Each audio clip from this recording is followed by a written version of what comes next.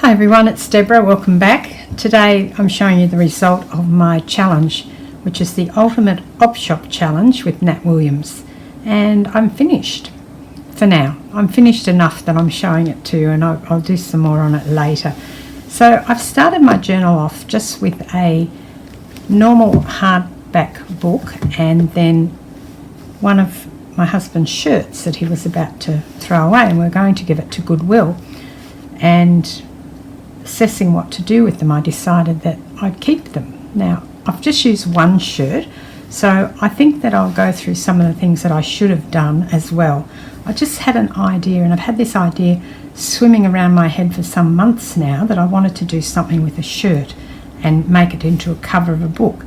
In hindsight, I wish that I had used two different shirts. I mean, they would have been the same in terms of the button spacing. They're the same brand. So I wish that I had actually done that, and I had one that's in a larger blue and green stripe that I kind of thought maybe would have looked better on the cover than this thin green stripe, but that's hindsight, and at least I've done what I wanted to do, which is to give it a go.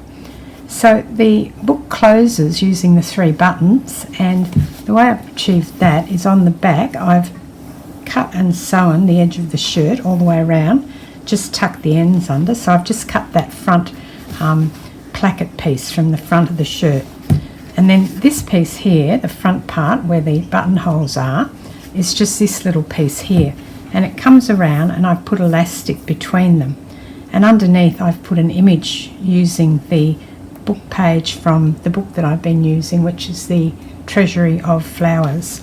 So to open the journal, you actually undo the buttons. Now, I will admit that undoing or putting the buttons on, or putting them on, they're already on there, but actually undoing and putting the buttons on, probably putting on more so, is a little bit of a challenge. But because I've put elastic, the elastic stretches, allowing this piece at the front to open quite easily if you pull it up. So there's I guess something that maybe I could have improved on. I'm really not sure. And I've just glued this shirt to the front of the book.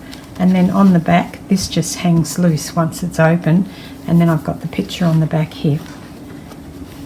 I've used things from op shops, so the shirt, which you can buy easily in an op shop for a couple of dollars, and just some old pages. This is a page from the book which I've stuck over as well.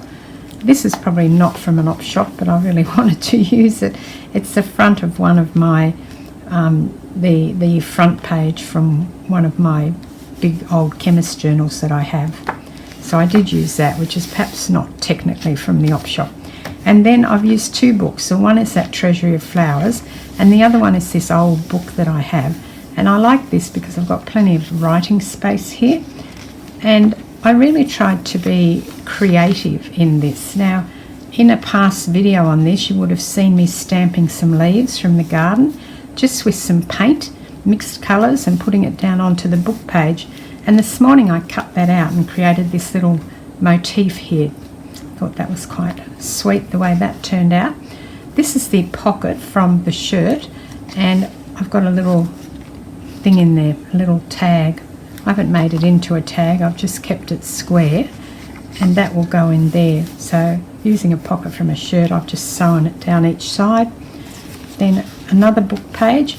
This is the flower that I didn't like. It was a bit bright, so I've really muted it down to create some interest on this page. And then I also, the other day when I was playing with my paint, I did those dots around, and this morning I cut them out so that they form a flower, and I've just put it on this page here, and it's not a primrose. I don't know a lot about flowers, but I know it's not a primrose. This is another piece of art that I did the other day using the book pages, and also that sponge, and this was done, if you look back you'll see how I did that with using a picture from the book that I used as a bit of a resist template. Then on here, this is the inside cover of the purple book that I've used, and this is actually the back tag for my husband's shirt. I really like this, they're beautiful rod and gun shirts. And at least I'm saving a bit, so you can put a little tag in there. I've also kept the top open so you could make a tag to go in there. More of the lovely book pages. This is the artwork that I did, and you'll see the other half of this. I did this in the second episode, I think. So you can see I've incorporated everything that I did. This I did in the first or second episode, so I'll link all the different videos below so you can go back and have a look how I made these. And the button card, I also created that in one of the episodes. And this is actually the Rod and Gun gift tag box or gift tag little packet that was part of, my husband bought that home. He'd gone and spent a couple of gift cards from Christmas, and they come in this gorgeous little envelope, so it obviously opens up and you could store something in there. I've got more book pages, plenty of space to write on. There's the other half of that artwork, and I've got some more book pages in here. Then this is the other half. The other day I was doing that one half, and then I created this with the bottom of an ink pad and I cut it out. So I like that that's kind of sort of not a full page, and then plenty of journaling space on here. That's what you want to do with it. Complete page of journaling there. And it's going through. You can see I've left a lot of the pages fairly blank.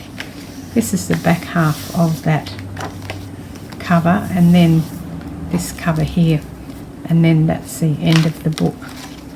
So I think that I'm reasonably happy with that in terms of really bringing out my creativity and thinking about what else that I will use instead of just going to the commercial supplies in future, so that I have things that are a bit different in my journal.